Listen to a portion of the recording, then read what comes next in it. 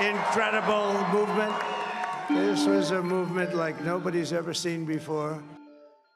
মার্কিন যুক্তরাষ্ট্রের প্রেসিডেন্ট নির্বাচনে বড় ব্যবধানে জয়ী হয়ে আবারও হোয়াইট হাউসের বাসিন্দা হতে যাচ্ছেন রিপাবলিকান দলের প্রার্থী ডোনাল্ড ট্রাম্প। এবারের নির্বাচনে ডেমোক্রেটিক পার্টির কাছ থেকে ভোটারদের বড় একটি অংশ ছিনিয়ে নিয়েছেন তিনি। তার জয়ের পরপরই সবাই বলছে এবার বুঝি বন্ধ হতে পারে রাশিয়া ইউক্রেন যুদ্ধ, কারণ ট্রাম্প তার নির্বাচনী প্রচারণায় প্রতিশ্রুতি দিয়ে বলেছিলেন তিনি ক্ষমতায় আসলে ২৪ ঘণ্টার মধ্যে রাশিয়া ইউক্রেনের মধ্যে চলমান যুদ্ধ বন্ধ করবেন।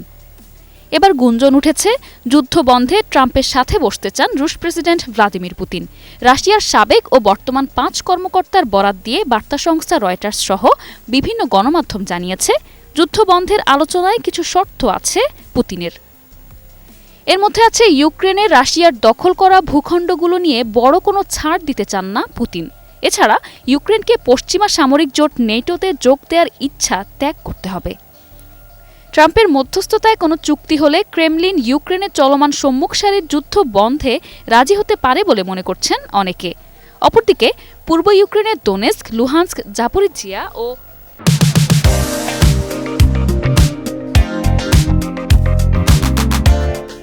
খেরসন অঞ্চল ভাগাভাগির বিষয়েও আলোচনার সুযোগ রাখা হবে।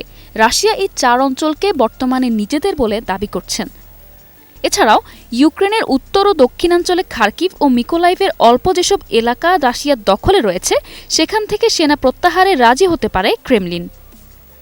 সম্প্রতি মার্কিন সাবেক প্রেসিডেন্ট জো বাইডেন যুক্তরাষ্ট্রের তৈরি দূরপাল্লার ক্ষেপণাস্ত্র ব্যবহার করে রাশিয়ায় হামলা চালাতে ইউক্রেনকে অনুমতি দিয়েছেন, আর এ কারণে যুদ্ধের চিত্র অনেকটা পাল্টে যায়।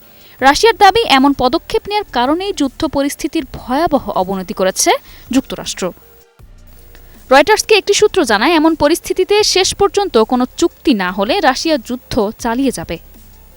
যুদ্ধ বন্ধের জন্য ইউক্রেন ও রাশিয়াকে এক ছাতার নিচে একমাত্র ট্রাম্পই আনতে পারেন বলে মন্তব্য করছেন তার যোগাযোগ বিষয়ক পরিচালক স্টিভেন চেউং।